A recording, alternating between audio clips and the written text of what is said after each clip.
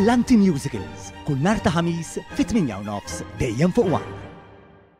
Studju ppubblikat mill-Eurofound u l-Fondazzjoni Ewropea għat-titjib tal-għajxin u l-kondizzjonijiet tax-xogħol tal-Unjoni Ewropea jindika li fl-2022 Malta kellha l-ogħla livell ta' intitolament għal-leave annwali imħallas minn fost il-pajjiżi kollha Ewropej.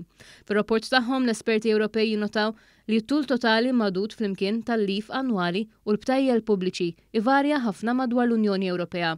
Fl-2022 kien ivarja minn 28 jum fl-Estonja, l-Ungerija, il-Belġju u l-Olanda għal 38 jum fid-Danimarka u 40 jum f'Malta.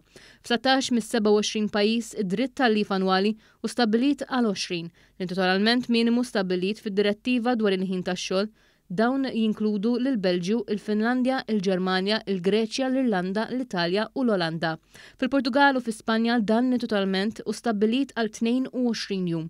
Fil-waqt li fl-Awstrija, id-Danimarka, Franza u l-Iżvezja il-ħaddiema huma intitolati għal 25 jum ta' leave biħlas. Fil-Lussemburgu it-tul minimu ta' żmien tal-leave annwali huwa ta' 26 jum.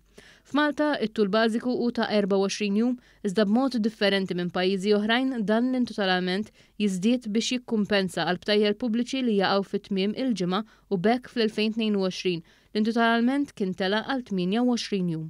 Meta wieħed iżid il-leave annwali man-numru ta' btajjel pubbliċi, Malta tibqa' fuq net tal-lista tal-Unjoni Ewropea b'40 jum ta' ħin liberu paga sħiħa, dan hu 7 ijiem aktar mill-medja Ewropea.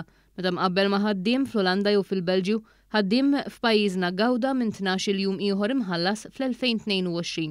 Din is-sena Malta mistennija żżomm din l-ogħla pożizzjoni imma dan biss minħabba l-bidliet fil-leġiżlazzjoni li ddaħlu mill-Gvern Laburista minn wara l-2013 wara li fl-2005 l-amministrazzjoni ta' Gonzi Pien kienet serqet dawn il-btajjel bl-iskuża biex tiżdied il-produttività. Li kieku għadna bir-regoli stabiliti mill-Gvern Nazzjonalista, l-ħaddiema Maltin din is-sena kienu jitilfu 6 festi pubbliċi li se jiġu fit-tmiem il-ġimgħa u jispiċċaw mal-medja tal-Unjoni Ewropea. Minflok għal darb'oħra se jkollhom l-ogħla ammont ta' intitolament għal leave fl-Ewropa.